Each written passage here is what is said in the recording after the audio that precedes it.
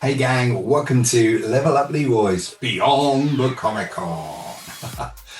If you hadn't guessed already, my name is Level Up Leroy and I am a pop culture video DJ and host. I feel like I'm so lucky right now. I get to go to Comic Cons all over the globe, playing my pop culture music, but also doing some hosting and some moderating and meeting the most incredible people that are out there in this pop culture world.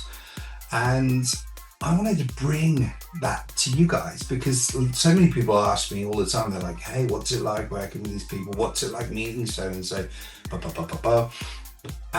Well, the best way to answer that is to bring it to you. So this is the premise of the podcast, and this is what I wanted to do that hopefully is a little bit unique. I know there's lots of interview podcasts out there, but the idea for Beyond the Comic Con is to take a look at, an actor's experiences at Comic Cons and what they might come across and the fans and the interaction and all of those things. But Comic Cons are so much more than actors. I mean, for one, they're comic book artists. We have musicians at these things. We have the organizers themselves, and we have the cosplayers. They were the backbone of any convention that you will ever attend. And I've got so many friends that are all in this industry now. I think to myself, well, let's hear their stories. Let's bring it to you, the listeners and the viewers. So that's what I wanted to do. And I wanted to make it unique in that way. Now, when I was coming up for the idea, I wanted to build some content. I wanted to get content out there, and I wasn't quite sure how to go about this thing. And I kept meeting this one guy.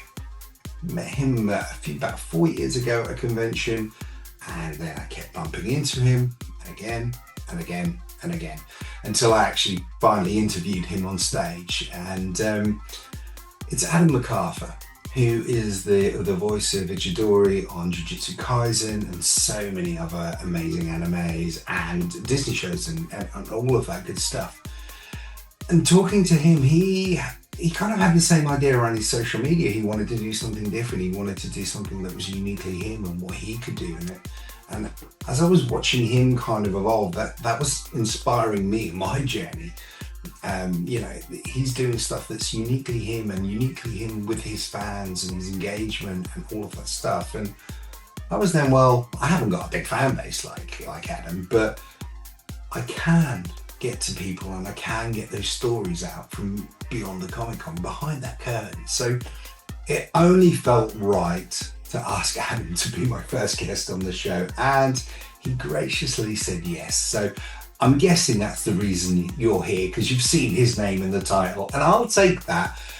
But if you enjoy this, please do like and subscribe, and I'll come back at the end of the interview and do all of that bump again. But this is my little journey. This is the first one that I've ever done interview-wise on a podcast, just me and a guest. So go easy on me. I will improve as time goes on, and hopefully we'll all have some fun. If you also want to reach out, you want to be on the show, you're working behind the scenes and maybe we haven't met yet, or maybe we have met and you're like, Leroy, I've got a story for you. Reach out, let me know. So without further ado, we're going to head into this first interview. I hope you enjoy it. It's Adam McArthur. So as I mentioned before, joining me on Beyond the Comic Con, the man, the myth, the legend, I'm going to call him Mr. Comic Con. Everyone calls me Mr. Comic Con, but this guy is Mr. Comic Con. Adam McArthur, thank you so much for joining me today, dude. Bro, of course. I'm glad we could finally make it work. Yes, well, with your schedule, my schedule, we've managed to make it happen literally days after New York Comic Con. How are you holding up, by the way? Oh man, New York slayed me. Well, Yeah. So I wasn't just in New York last week. So I was in New York Tuesday through Friday, and then Friday night I flew to St. Louis and signed on Saturday and Sunday there in St. Louis at a GalaxyCon event. Thursday was the big day at New York Comic Con. We had a Jujutsu Kaisen panel for the new movie JJK Execution. Yeah. And then we had press all day. I had a migraine and I lost my voice. I was shredded. Yeah, I was shredded. Comic-Con, dude, Comic-Con was a beast this year. This is the first time I've been sick all year. and so I'm good at not getting sick. Like I'm good at doing what I need to do to stay healthy, get good sleep, keep the pace up that I keep because like you mentioned, like I'm just doing a million of these conventions and stuff like that. So I've gotten it down to a science. I know what I need to stay healthy, and for some reason New York always has it out for me. Every time I fly into New York, I get congested and then just turns into something. So yeah, I lost my voice for the panel and everything. It was messed up, but I'm on the mend, hopefully. Yeah, good. Because I know every time I've been to New York Comic Con, there is the New York Comic Con lurgy that just just wipes everyone out for just a few days afterwards. So I do appreciate you, Something. man. Yeah, yeah, of course, dude, of course. And you touched upon it, and we'll head on to that. Of course, we're talking beyond the Comic Con as well. So this is all about people's experiences at Comic Cons and those interactions with all of the fans, because they all come to see you guys. All three of you are just absolute anime rock stars at the minute. So we'll head into that in just a little while. But first of all, just if you could quickly tell the audience your, I guess, your origin story. If we were to put the Adam McArthur origin story into a comic book, and just a few quick pages, how did you get kickstarted into the world of anime and voice acting? Really? Yeah. Well, my foray into voice acting started a lot earlier than my foray into anime.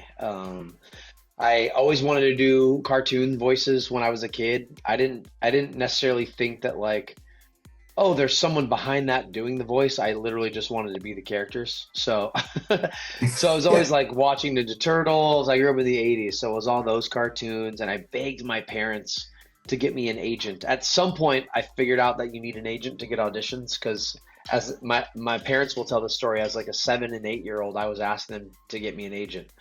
And then finally, when I was 16, they got me some acting classes for a Christmas gift, and it took me to a place in San Francisco. I grew up in Northern California, so it took me to a place in San Francisco called Kids on Camera, and the teacher or the owner of that school rather, she was a voice on Sesame Street and had done a bunch of stuff, and ended up getting me some auditions after a few classes there.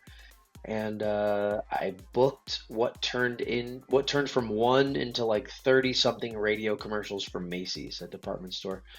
There were a bunch of back to school radio commercials, and I was like, all right, well, cool. I guess I can get paid to talk, which is the thing that was always marked down on my progress reports in school. So like, I think I'll just keep doing this. Yeah, I was that kid as well. Could do better. Talks a lot. Yeah, yeah, yeah, exactly. Yeah, yeah, really good grades. However, yeah, talks a lot.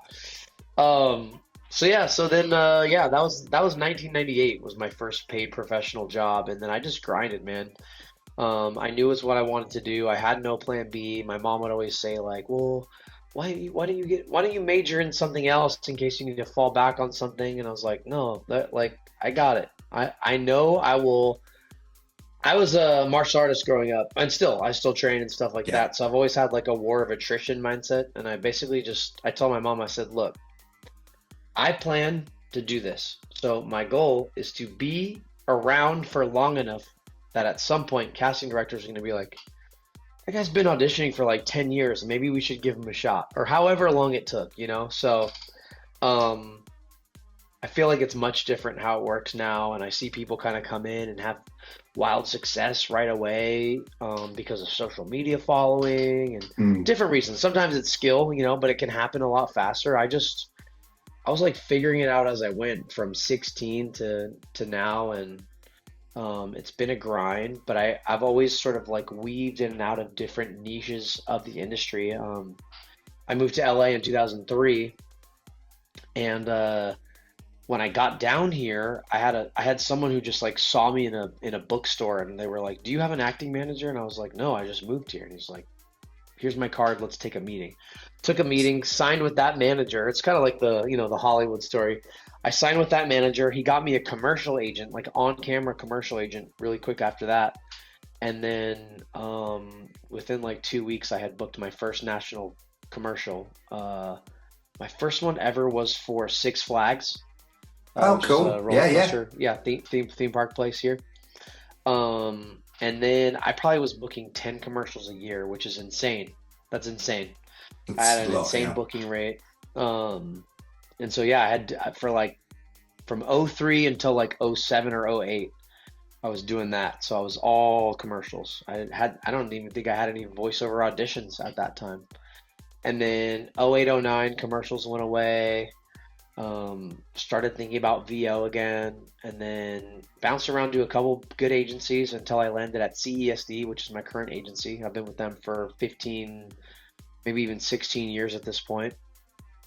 And a month after I signed with them, I booked my first Disney There you UK go. pilot, Disney XD UK. I did a Yeah. pilot for you guys out there. And then yeah, the rest is history. Star Wars Clone Wars was my first big show that was on Yeah. TV. I had a couple episodes in that, and then Star versus the Forces of Evil. And that took me all the way to 2019, Okay. where I was watching My Hero Academia, wondering why I didn't audition, why I don't audition for anime, why that's not a thing here. Um, in LA, it's not very common, or wasn't at the time. Now it's much more common, but Yeah. um, I went to an assistant at my agency and brought it up to him, and he's like, "Let me look into it." My second audition for anime ever was Jujutsu Kaisen, so that was cool. Kind of nailed it. Got really lucky right there. You think you nailed it? Yeah, kind of got lucky. So that was cool. And yeah, my agent is a total stud. Like I said, I came to him with this idea about anime and conventions and stuff like that in 2019. And shortly after, um, the person mentoring him at the agency retired. He took over for her, created an entire division at the agency for conventions, and now he's got, all his VO talent on conventions. It's Dude, it's crazy. crazy. It's crazy, and it's crazy how big all of this has gotten just in the last 5 years. I did one convention when I was on the Disney show that I was on um, before I booked anime and before COVID, and then when I booked Jujutsu Kaisen in 2020, pretty much from the moment conventions opened back up in 2021, I was on the circuit and just doing a ton of these. I think I did 38 last year. I think I'm doing a little less this year, maybe like 30, 35. um, I stand by my title of Mr. Comic Con for you. yeah, dude, it's crazy. People ask me all the time, like, "Oh, is it tiring? Are you tired? Is it exhausting talking to people all the time?" And I will say I see people complain about it, and you know what? I want everyone to know. It's important for me to tell people, the fans who come and wait in line for us and spend their hard-earned money to meet us and get autographs and things like that, that what they're doing is way harder. And I couldn't be more grateful for them. There is no me sitting behind a table or me working on these shows without people who either consume the media or Yeah. come to the events and stuff like that. I'll never complain about sitting at a table and meeting people who are appreciative of my work and want to say hello. I'll just never do it. I'll never post how tired I am, no matter what, because someone's got it harder. I'm making cartoons and writing my name on stuff for people. So yeah, dude, I couldn't be more grateful. Yeah, I'm very, very lucky. So Yeah, it's been I fun. think that shows from what you were saying earlier about the grinds and working and doing the adverts and really cutting your chops, and then to where you are now. You anime voice over guys and voice actors. You have such big cues. The fans are really there and embracing it, and you definitely don't take that for granted. I've never seen that from yourself for sure. Yeah, Um, yeah, and definitely not. we had an interesting chat in Birmingham at AnimeCon UK, Hmm. and we were talking about the early days of, hey, I fancy booking an anime gig. I want to do this voiceover stuff, and yeah, you've literally kind of almost been at the epicenter of this Comic Con growth for anime artists or voice actors, because initially you said that there wasn't a great deal of money in it and things like that. And again, your passion for doing voiceover, you're like, cool, I still want to do this and I still want to meet these Yeah. And that really shines through whenever anyone meets you. So hats off to you on that, pal. I appreciate that. Yeah, Um, it's hard to take anything like this for granted. Also, like I think in just thinking about like my career as a whole, I've had and then I've had not, and it's everything goes away. Nothing is permanent in this industry, whether it's a job you're working on, a show you're working on, it can all be whoosh, taken, at the blink of an eye. mm, That's the same for, I mean, it's honestly, it's a microcosm for life because obviously that's true in life as well. But, I think when you have gone through times where you have not had things and then you've had it again and then you've not had things, it teaches you to really cherish those moments and make sure that you're grateful for those and taking advantage of them and stuff like that. So yeah, dude, it's been very cool, and I'm just really really thankful for it all. It's cool. and you literally, I think you are at the top of the game. You are Zach Aguilar's official assistant. Yeah, According to you, yeah. you have the T-shirt now. According to my Wikipedia, And the according to my T-shirt you wore at the IMDb. Demon. Yeah, yeah, That was so funny, man. Where did you yeah. get the idea for wearing that? And was Zach aware that you were going to rock up with Zach's With this, assistant T-shirt? with his assistant shirt. Dude, listen, all this stuff, I just like to have a good time. I'm not You too really do. concerned with my image, with I gotta look cool and like, people gotta notice me. It's like, man, I wanna go and I wanna have a good time. I wanna make some people laugh. It's not for not taking what I do seriously. I love what I do, but I also think that at the end of the day, we're making cartoons, and overwhelmingly when I meet people, the thing is that I hear so often is, man, I was going through a dark time and this Yeah. series brought me out of it, or this thing was here for me when I was at my lowest. And for me to go and act like, I got some chip on my shoulder or whatever, I don't know. For me, I would much rather go and just have a good time. I love Zach. I think he's a great dude. Yeah. He's a super sweet guy. And I don't know, I just thought about it. I was like, oh, what should I do for the Demon Slayer premiere? I mean, I'm in the movie, so I was Yeah. invited. I kind of jokingly made a social media post that I was sneaking in, and that shirt was how I was going to sneak in. But I was in the movie, so it was cool to get to participate in that way. But listen, I believe that it is a supporting cast job to support their main character. And I believe that inside of the booth for the characters, and I believe that outside of the booth for the actors. And I told Nazi Tarsha this, who is the lead in Kaiju number 8, Yeah. where I'm kind of like the second or third lead in the show, um, or like one of the main supporting cast in that show. I told him, dude, I got your back always. When we go to panels, I said you're in the middle. When we do interviews, I'm like, you speak first. This is just how I think of it. Like um, as like actors, we are put in these roles that are kind of have this hierarchy, and I think when we're forward facing to fans, they like to see the parallel between us and our characters, and it's a very easy way to do it. And not to mention, um, I just want everyone to have their time to shine. I'm so lucky with Jujutsu Kaisen to have, to sort of be at the forefront of it with The lead. Yuji, Yeah.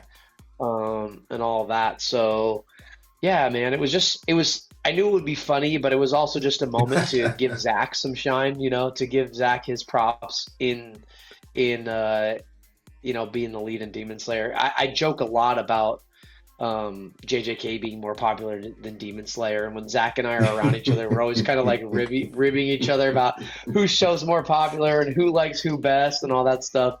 And it's always out of love, and it's always out of good fun and stuff like that. Obviously, I mean, what Demon Slayer is doing in the box office right now is very cool, It's and it's really paving the cool. way. Yeah.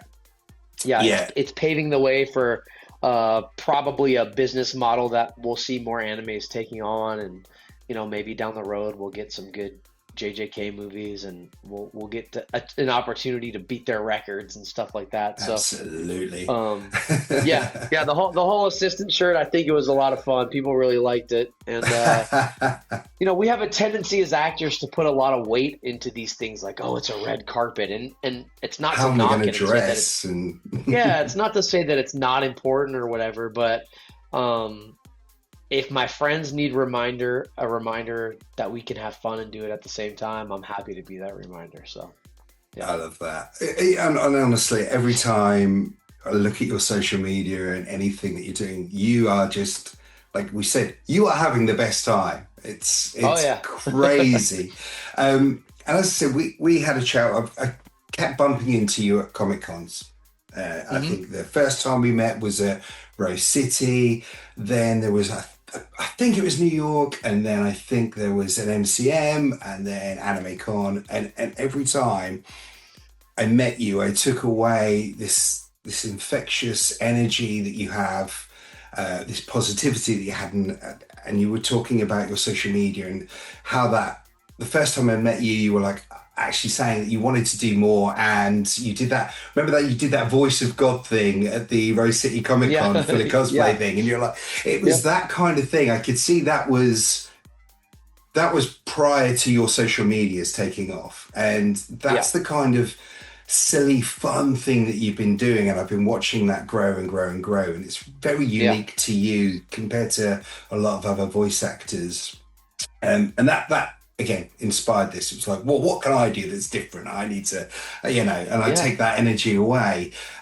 But where did this inspiration come from? Because you was just saying you just wanted to do more, and the way that you're interacting with the fans, they appear to love it. So, how did this? Yeah. It's You know, been really good.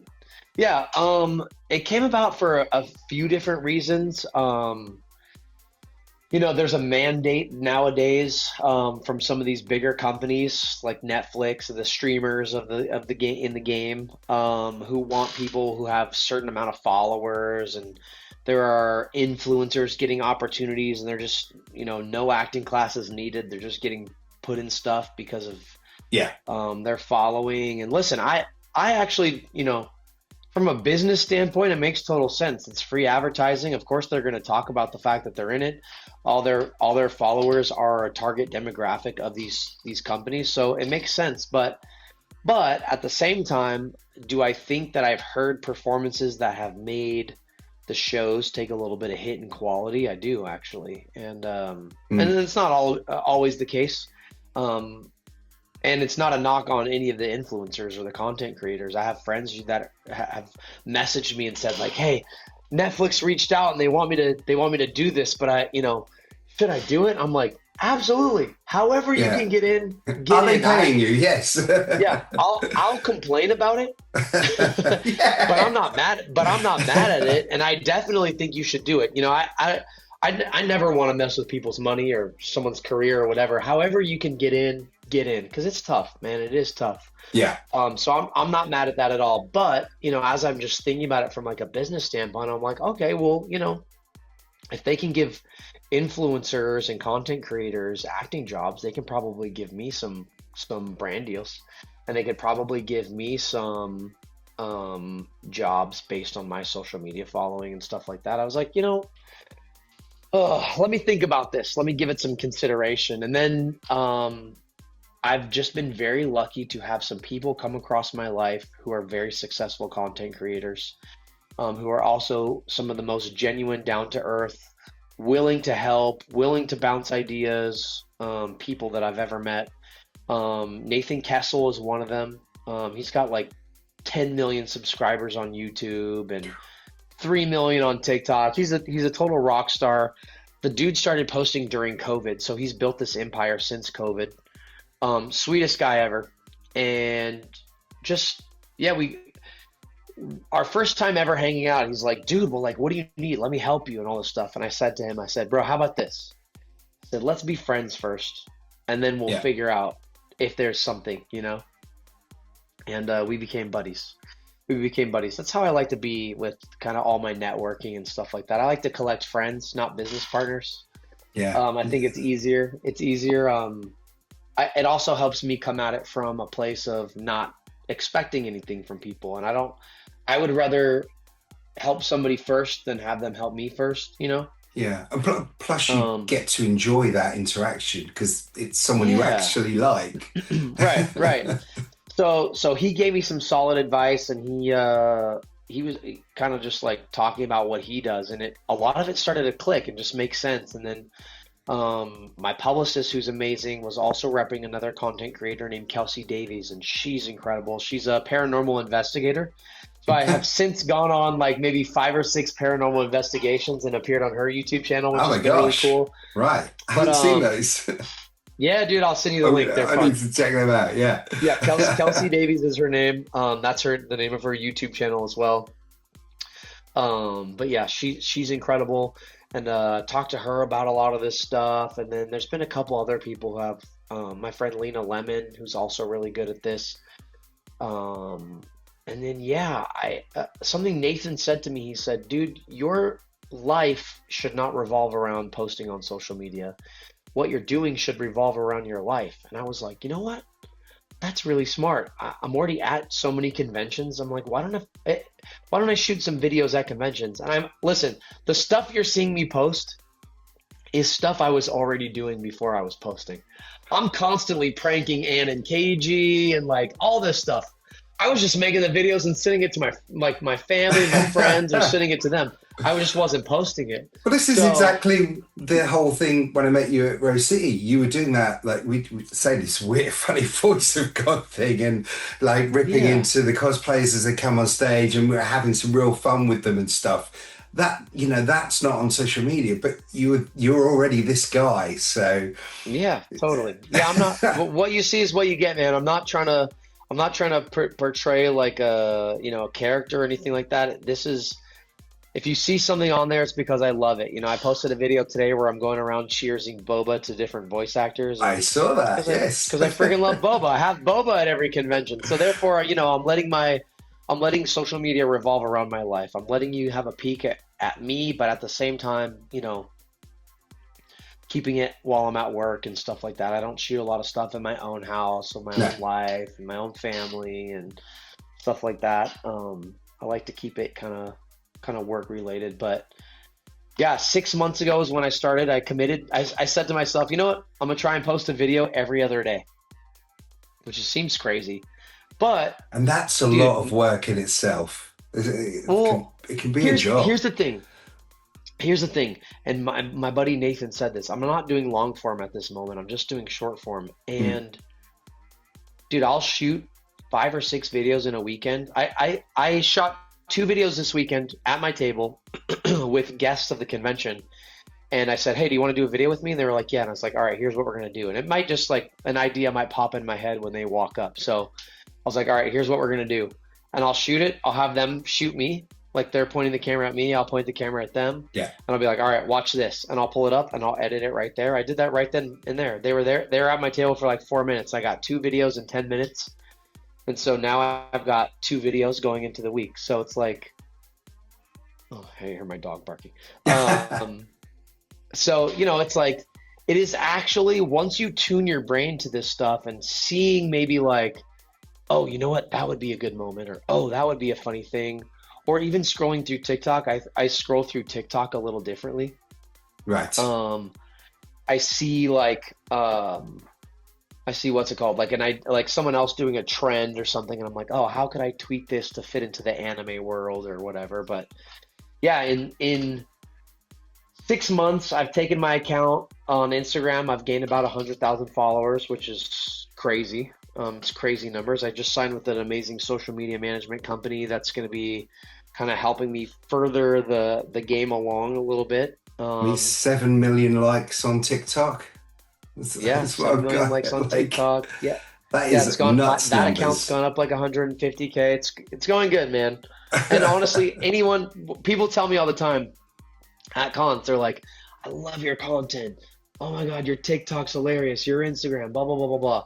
And every time I say, thank you so much for watching. You don't have to do that. And you do. And it means so much to me. It's just, we take it for granted. I had somebody tell me like, oh yeah, I've been posting, but I've only got like 600 followers. I'm like, bro, that is 600 people. That is a lot of people. I'm like, don't compare your numbers to anyone else. Don't even look at the numbers. Post what you can post to make it sustainable and consistent, and just do what you like. That's it. And that's what I'm doing. I don't even, I mean, I know the numbers just because I do check in on them, but I don't care about views. I don't care about follower numbers. I really don't. I'm thankful that they're there and that they're doing it, but mostly I live for people telling me at conventions like, thanks for posting, that made my day, or oh, I love watching your TikToks, you know. So that's the best part. It's absolutely giving people a peek behind the lens, so to speak, as well, Yeah, in a yeah, really totally. fun and engaging way. Has it actually generated revenue and work for you in the long run? Yeah, dude. Yeah. I had my first brand deal, which is cool, with this company Hey, called Displate. They're a print company. They do metal prints. So I did that at Anime Expo. I've got something coming up here for a company called Jazzwares. They're doing some Jujutsu Kaisen figures. I've got some stuff for, there's a really amazing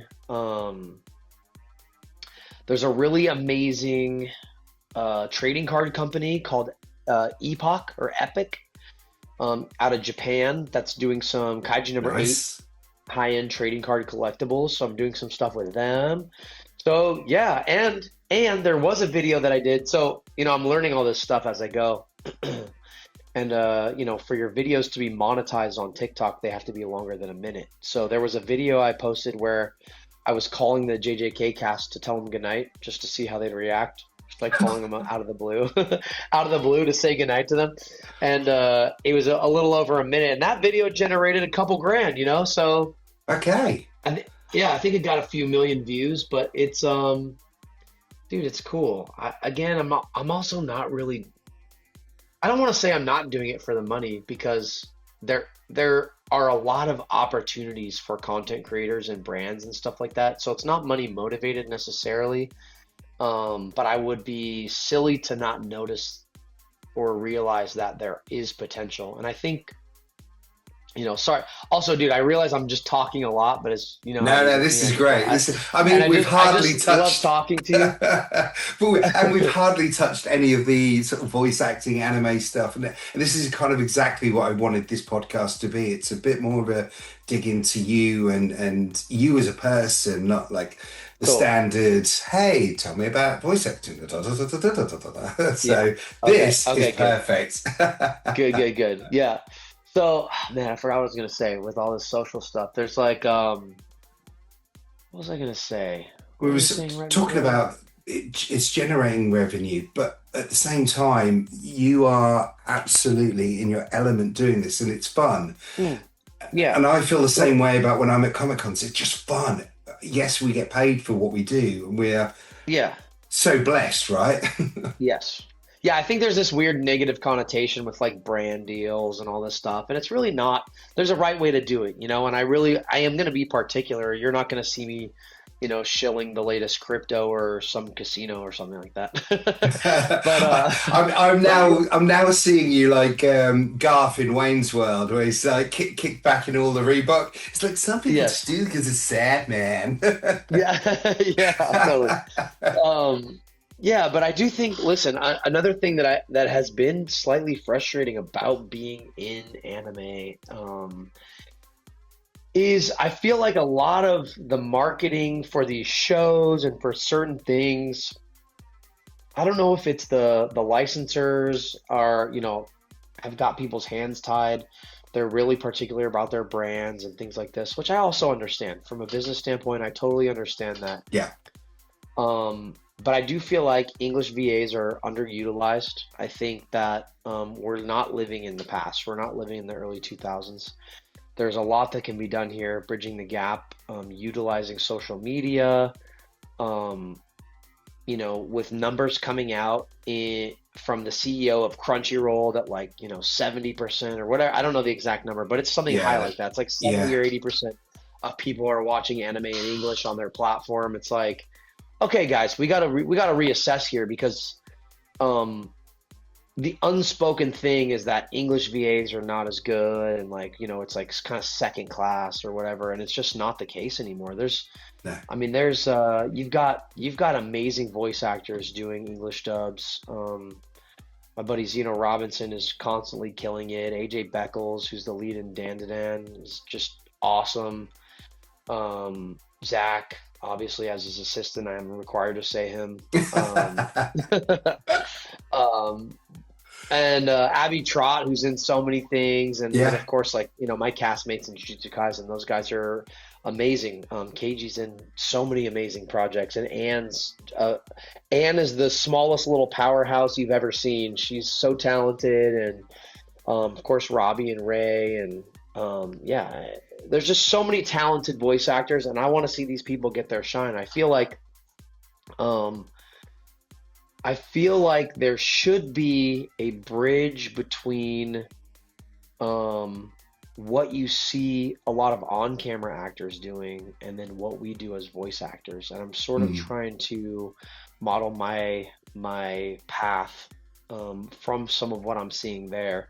And then also not just like classic Hollywood, not just classic on-camera actors and how they do their social media and stuff like that, but then also pulling from these amazing content creators who have created their own niche and who have created their own Hollywood and celebrity, fandoms and celebrityism, Yeah. themselves by creating their own content. I feel like there is what are those diagrams called where the circles, and then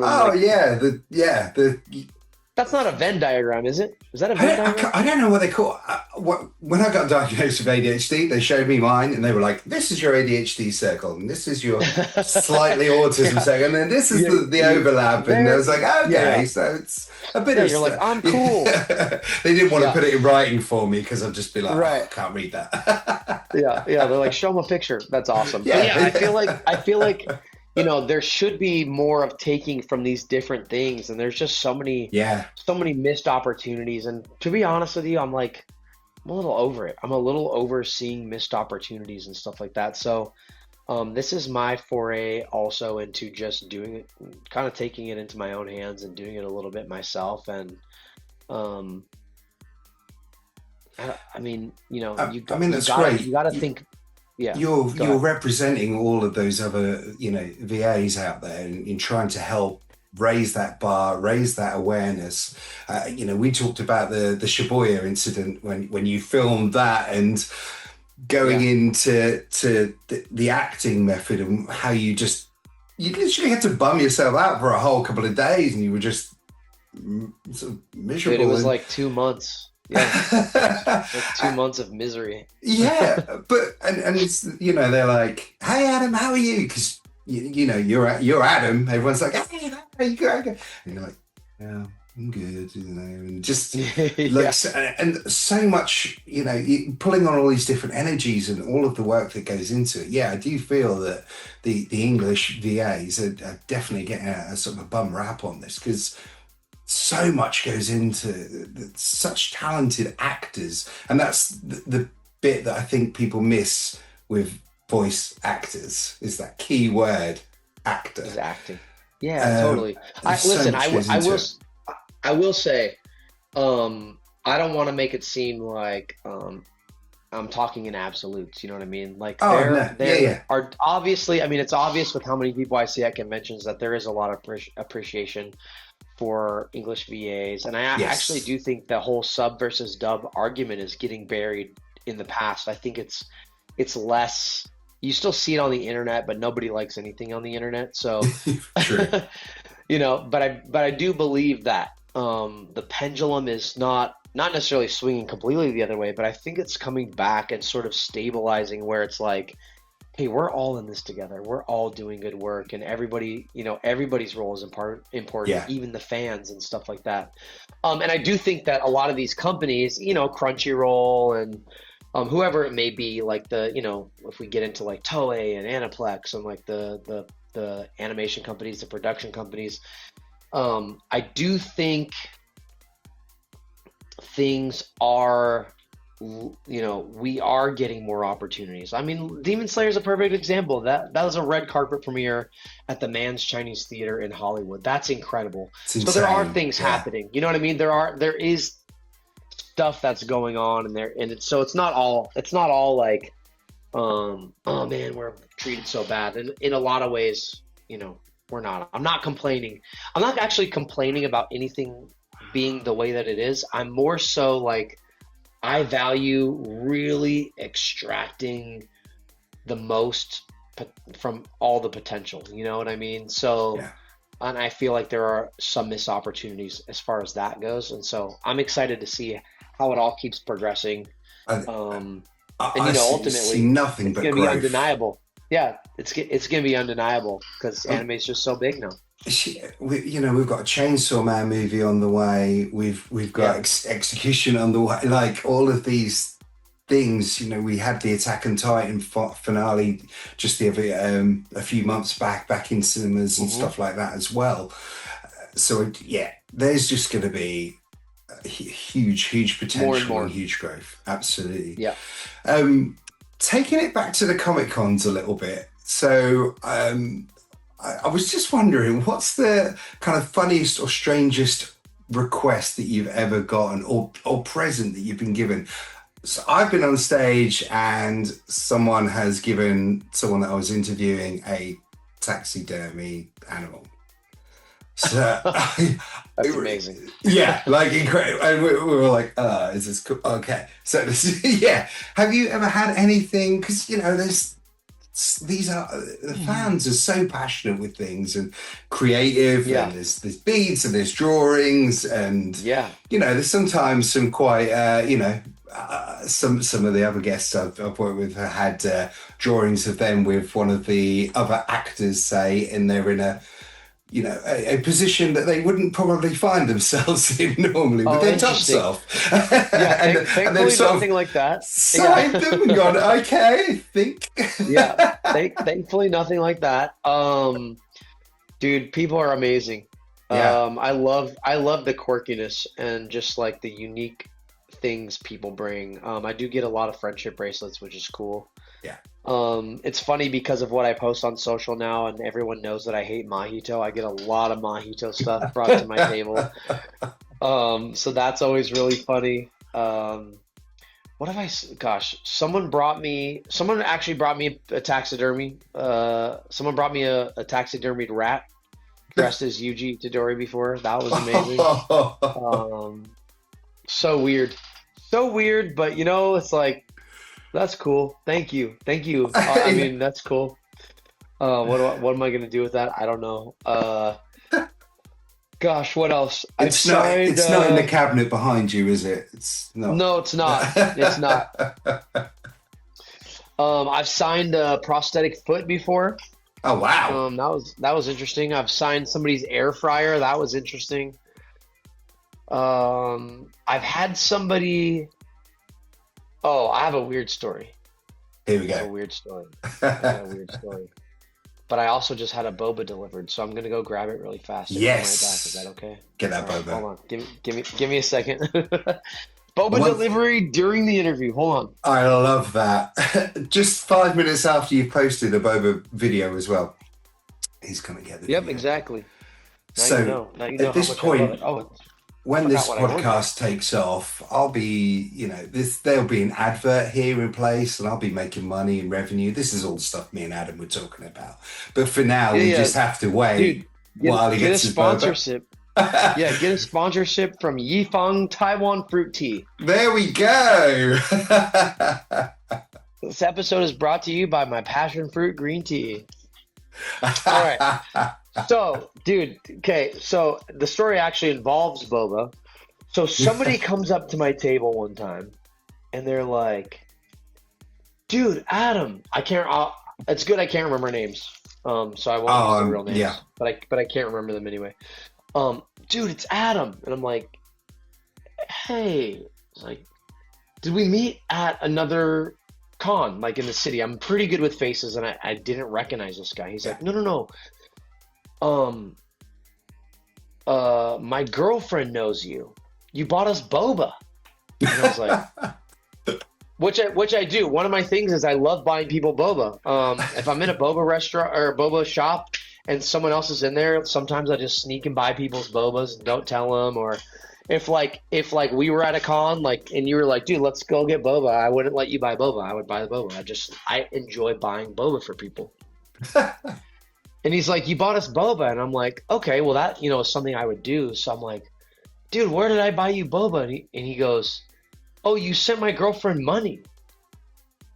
And so this is my first red flag. And I was like, what? I was like, who's your girlfriend? And he's like, Michelle.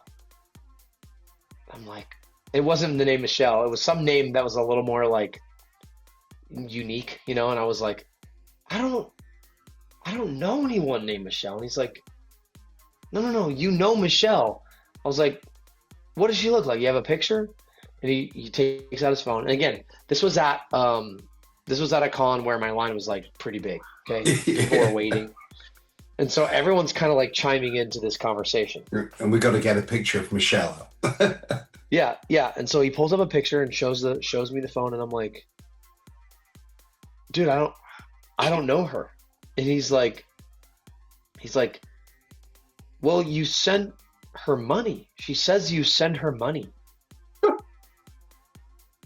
And I'm like, bro, I don't send anyone money. I just wouldn't do that. And he's like, no. Like, remember that one time you reached out and you asked her for money and then she sent you money and then so you sent her money back? And I was like, dude, I promise you this was not me.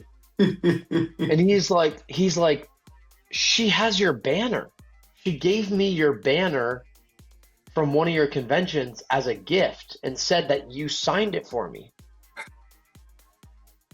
And I'm like, do you have a picture of this banner? Like, show me the banner. Yeah, which con? So he pulls up the picture of the banner, and it was, if I'm remembering correctly, it was a fan expo, which requires us to sign our banners and leave them on the table when we leave, and then they auction them off.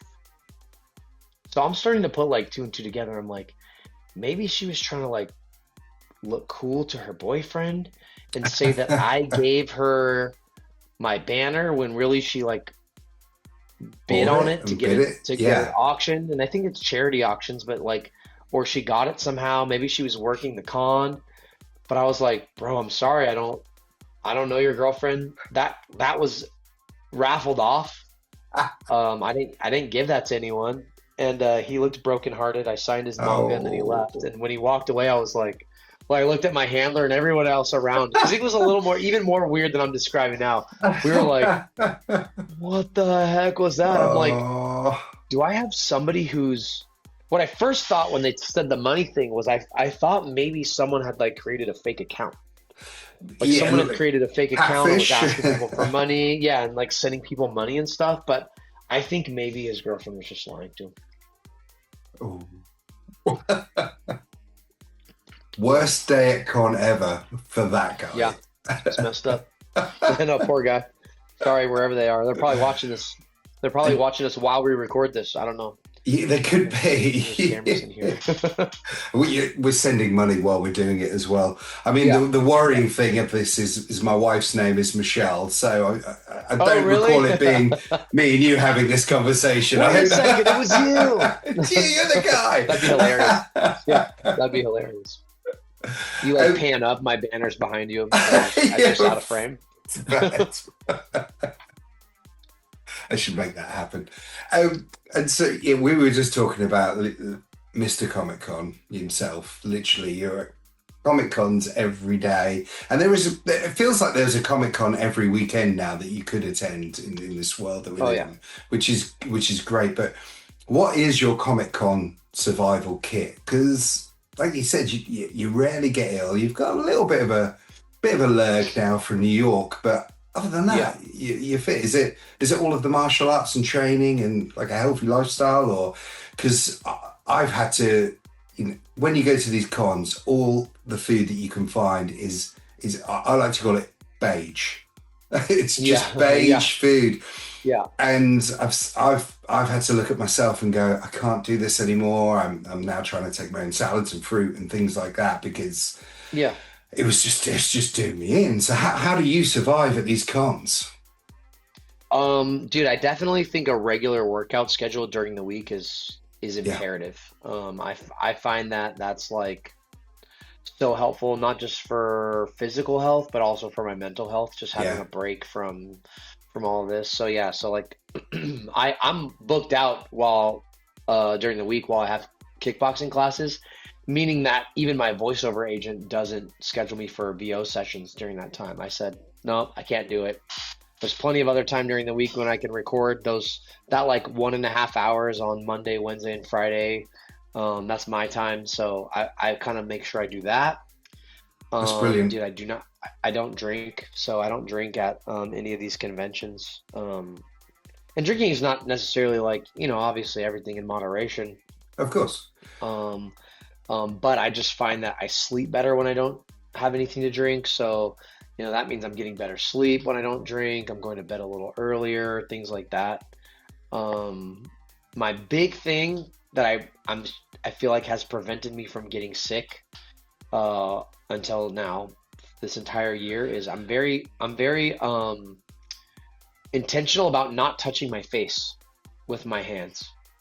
And Okay. maybe it's all in my head, but like, when you're on planes and stuff like that, even if you disinfect, if you're sitting there like this, it's just, germs from your hands. It's close to the areas that make you get sick. So I'm intentional about that. Yeah, I mean, as far as like a con survival kit, that's just little rules that I tend to Yeah. follow. And then I was talking with excuse me, I was talking with my buddy Zeno this weekend, just about vocal rest and vocal health because I did lose my voice when I was in New York. And so he kidded me up with like some Nimjam. Nimjam is like it's not it's like a syrup. It's like a fruit syrup, but it's Chinese medicine. It's mixed with some herbs, and Ooh. it's a thick, almost like kind of jelly, like really thick jelly. But you can put that in tea. They make little packets you can take. That's good for your throat. I And might then have to there's some check. like Might have to check that out. 'Cause yeah, there's like by vocal rest. Sunday. Mm. Yeah, vocal rescue, a spray that you can spray. Um, so I got a couple of those things that will now be in my kit just to make sure that I'm um, you know, able to speak when I come back on Monday. That's the other thing is I don't have my VO agent book me on Monday unless it's like that's the only time that a job can have me. I do try and take a day of vocal rest and Record. stuff like that. So Yeah. yeah. Recover. Yeah. I Yeah, the think. other thing about drinking is like usually drinking is at a place that's really loud, and when you're at a place that's really loud, you're talking louder, and so that's also, another yeah, it's like one thing after the next. So Oh, you don't have to tell. I mean, I do the con, and then I normally go to an after party where I'm DJing, and mm-hmm. I'm the one making all the loud noise. So, and then trying to talk Yep. and keep that Yep. rested. So, yeah, I think that's important for everyone. Like anyone that works at cons needs to kind of take good care of themselves because it's hard. I remember initially getting into it and just being like, great, I'm gonna have burgers every day and I'll just have fries and it like Yeah. literally I will it say taps the energy out of totally. Yeah, I will say you. our crew is pretty good. Like the JJK crew, we're pretty good about making sure we eat good. We do eat a lot of hot pot, but that's soup and veggies. Um, yeah, I feel like we try and eat pretty healthy at least. We're all not like fast foodies, so we don't eat too much fast food or anything like that. So That's definitely yeah, important. And yeah.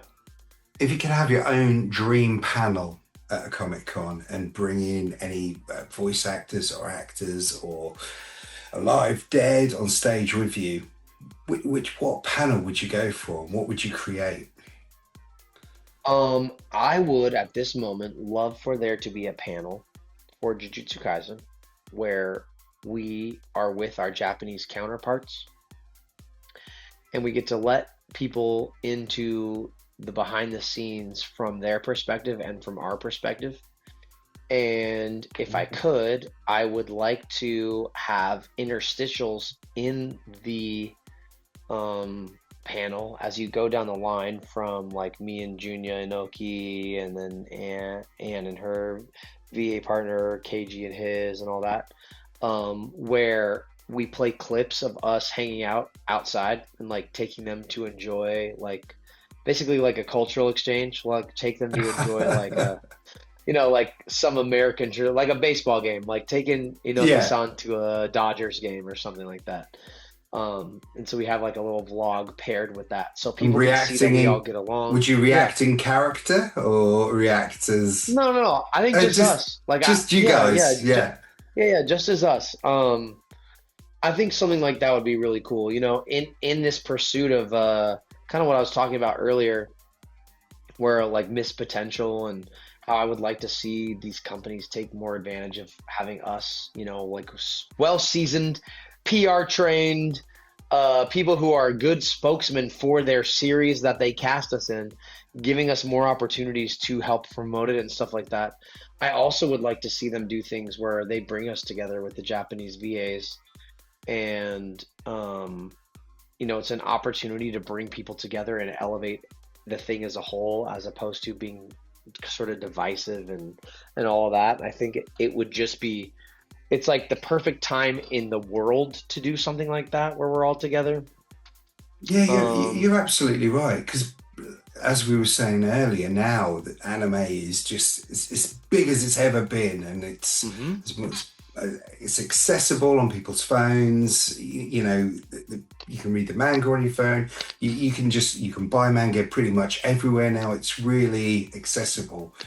And I think Yeah, you're absolutely right there to bring the two worlds together on a panel, and I think that it would be, way I you think it would be get to cool. go over there and they get to come over here as well. Yeah, yeah, I think it would be so cool.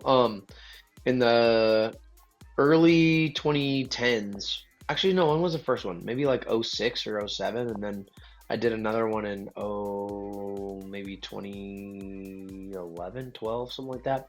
I got to host two martial arts documentaries where it was a production company based in the US, but they were from China, so they were immigrants who started a production company here to promote Chinese culture.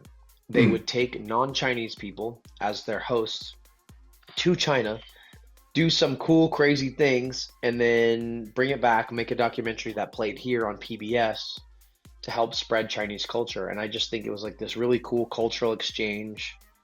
And for me, the ones I hosted, they would do them on tons of different subjects, but the ones I hosted were about Chinese martial arts. But I think something like that would go so hard for anime. And I Was think it that would be the such a cool. Kung Fu Journey to the East? Yep, Kung Fu Journey to the East was the first one that I did, and then the second one I did was called The Monks of Shaolin or something like that. And that was I followed all the Shaolin monks around the world.